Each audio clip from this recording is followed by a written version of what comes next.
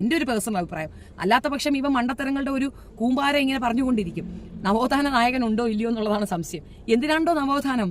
എന്താണ് നവോത്ഥാനം എന്നതുകൊണ്ട് ഉദ്ദേശിക്കുന്നത്? നടക്കാനും പിന്നെ ഉടുക്കാനും അല്ലെങ്കിൽ ഭക്ഷിക്കാനുമുള്ള സ്വാതന്ത്ര്യം നിഷേധിക്കപ്പെടുന്ന ഇടങ്ങളിൽ നവോത്ഥാനം വേണ്ടിവരും. അത്തരത്തിലൊരു നിഷേധം മറ്റ് കമ്മ്യൂണിറ്റിക്ക് ഉണ്ടായിരുന്നില്ല. അത് അവർണ ജന്തുക്കൾക്ക് ഉണ്ടാക്കി കൊടുത്ത ഒരു പ്രത്യേകതര സിസ്റ്റമായിരുന്നു. അവർണ ജന്തു കല്യാണം കഴിച്ചാൽ സവർണ ജന്തു ഉപയോഗിക്കണം എന്ന സിസ്റ്റം ഉണ്ടായിരുന്നു.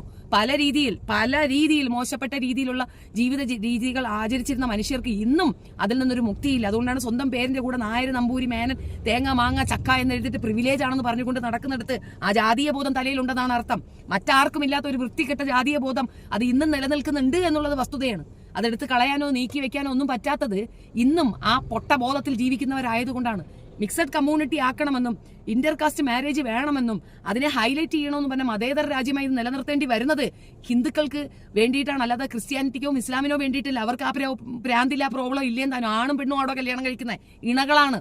അല്ലാതെ നിങ്ങളെ പോലെ പിന്നെ നായർ ഇത്ര വയസ്സ് പിന്നെ SC/ST വേണ്ട, SC/ST പോലും പബ്ലിഷ് ചെയ്യുന്ന SC/ST എന്ന് വേണ്ട, ഉയർന്ന ജാതി മതി എന്ന് പറഞ്ഞ് പരസ്യങ്ങളിൽ പോലും അങ്ങനെയാണ് നിങ്ങൾ എഴുതി വെക്കുന്നത്. എന്ന് ആ കോളങ്ങൾ അവസാനിക്കുന്നോ അന്ന് നിങ്ങൾക്ക് ഇതില്ല എന്ന് പറയാനുള്ള അധികാരമുണ്ട്. അതുവരെ ജാതി ഇല്ല, ഇതില്ല എന്ന് പറഞ്ഞാൽ ഞാൻ വല്ലതും വിളിച്ച് പറയൂ എന്നുള്ളതിനപ്പുറം ഒന്നുമില്ല. വേടൻ പറയുന്നത് ആ ചെറുക്കന്റെ പ്രായത്തിനേക്കാൾ മികച്ച വർത്തമാനങ്ങളാണ് ആ പയ്യൻ പറയുന്നത്.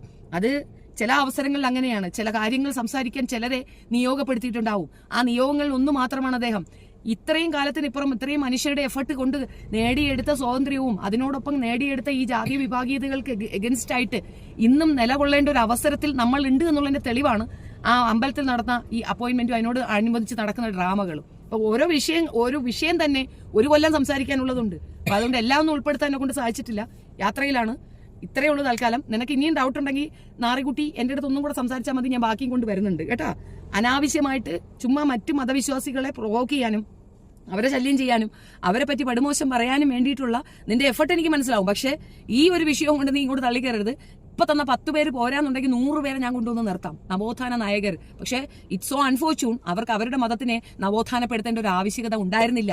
അവർ നവോത്ഥാനം നടത്തിയത് മുഴുക്കെ നിങ്ങളുടെ കമ്മ്യൂണിറ്റിക്ക് വേണ്ടിയിട്ടാണ്. കാരണം പ്രശ്നക്കാരും പ്രോബ്ലമാറ്റിക് ആയിട്ട് നിന്നിരുന്നതും നിങ്ങളുടെ കമ്മ്യൂണിറ്റിയിൽ ആളുകളായിരുന്നു എന്നുള്ളതാണ് വസ്തുത. അതായത് സവർണ ജന്തുവും അവർണ ജന്തുവും തമ്മിലുള്ള ഫൈറ്റിൽ മറ്റുള്ളവരുടെ ഇടയിലേക്ക് കുത്തിക്കയറിയെന്നുള്ളൂ. മൗലവിമാർ എത്രയോ പേര് ഇടപെട്ടിട്ടാണ് നിങ്ങളുടെ ഈ വഴി സ്വാതന്ത്ര്യം തന്നെ കിട്ടിയിട്ടുള്ളത്. ഇതൊക്കെ റെക്കോർഡിക്കൽ എവിഡൻസ് ആണ്. ഇതൊന്നും വായ്ത്താളമല്ല, റെക്കോർഡിക്കൽ എവിഡൻസ് ആണ് ഈ പറയുന്നതൊക്കെ. കണ്ടപ്പോൾ ഉള്ള ദേഷ്യം കൊണ്ട് ഇങ്ങനെ പറഞ്ഞു എന്നേ ഉള്ളൂ. കൂടുതൽ വിഷയങ്ങളുമായി വീണ്ടും കാണാം. വീഡിയോ ഇഷ്ടപ്പെടുകയാണെങ്കിൽ ലൈക്ക് ചെയ്യുക, ഷെയർ ചെയ്യുക and subscribe my channel. Thank you. ചെറിയ ഡേറ്റ് വ്യത്യാസങ്ങൾ എനിക്ക് വരാറുണ്ട്. അത് ഞാൻ പറഞ്ഞില്ല, ഞാൻ ട്രാവൽ ആയതുകൊണ്ടാണ്. നിങ്ങളത് തിരുത്തുകയാണെങ്കിൽ ഓക്കെ, ഞാനത് റെക്ടിഫൈ ചെയ്യുന്നതായിരിക്കും. Thank you so much.